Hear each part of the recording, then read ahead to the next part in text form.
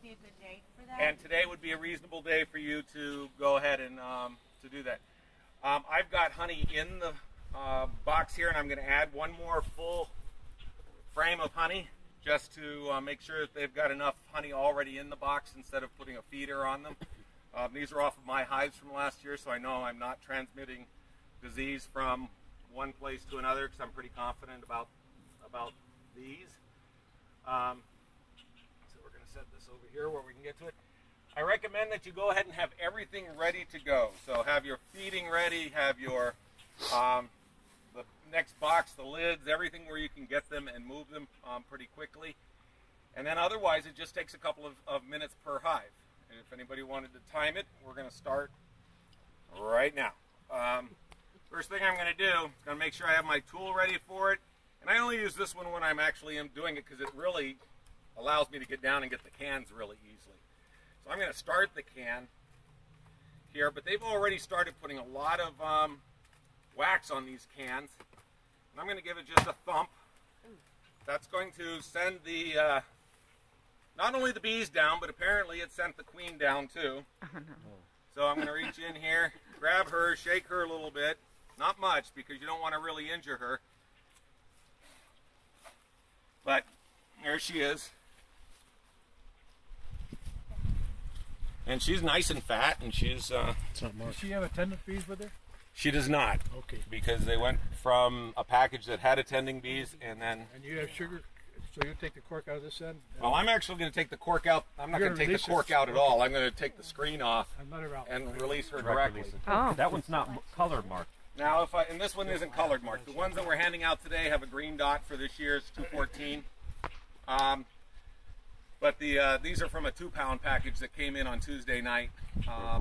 And these queens were from Hawaii. The queens that are in the 3-pound packages are all California queens plus California bees. So I'm going to set her off to the side. If I were going to put her in for release, because I have drawn comb, I could set her right in between 2 frames, squeeze it there, and then they would be able to... I would do it horizontally. You do, okay. I do because, you know, everybody says, well, if you do it this way, then something falls, she can't get out. If you do it this way, if something falls, then she can't get out. I'm like, well, just put it horizontal. If anybody dies, they just Then you put it between 2 frames and squish it together? Put it between 2 frames and squish it together. If these were brand new frames, then I would use a rubber band that could go the length around this way or around this way, but all you're trying to do is hold her in place one way or the other. Again, what you want to do is make it so that the screen is available to the other bees because they've got to be able to take care of her for the couple days until they pull her out. If you direct release, then obviously that's not going to be the issue. After 3 days or so, you want to come back, see if they've released her, pull that cork out, put a little bit of a pin or something in there to kind of start the candy to begin with. They'll eat through the candy and release her. Again, in this case, we're just going to do a direct release. So we're basically going to give it one good solid wrap. Turn it upside down. Going to get most of these off that side, most of these off that side. One more wrap. Oh, we got one underneath my sunglasses, but we're good. All right, that's there. Now we're going to take her and make sure you're down in the hive with this with your gloves. You watch her go out then? Or yep, there she went right to the bottom. Okay.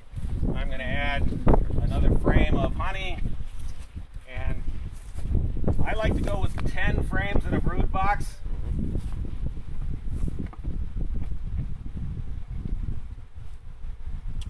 In the brood area, even after they've drawn the comb, because really the only time you're using 9 is when you're trying to pull honey. Now in this case, I don't have an entrance reducer, inner cover. Put the inner cover on. If you're doing top bucket feeding, that goes on. Your next box then goes on to take care of your top feeding, and then the inner cover. And a pollen patty? And if you have them, a pollen patty. Okay. I have a question. So I have a hive that didn't make it from last year. Right. And there is honey Yep. in the comb. So what you're saying is I can just absolutely just How are they gonna going step over here and to? let How are they them going to go. bruise? How are they going to? And then the one last thing. Where the breeding? To get into the cells too. It's all. It's all. And how much honey do they need? I'm going with an entrance introducer that's natural. That'll all dry out and they can then pull it out.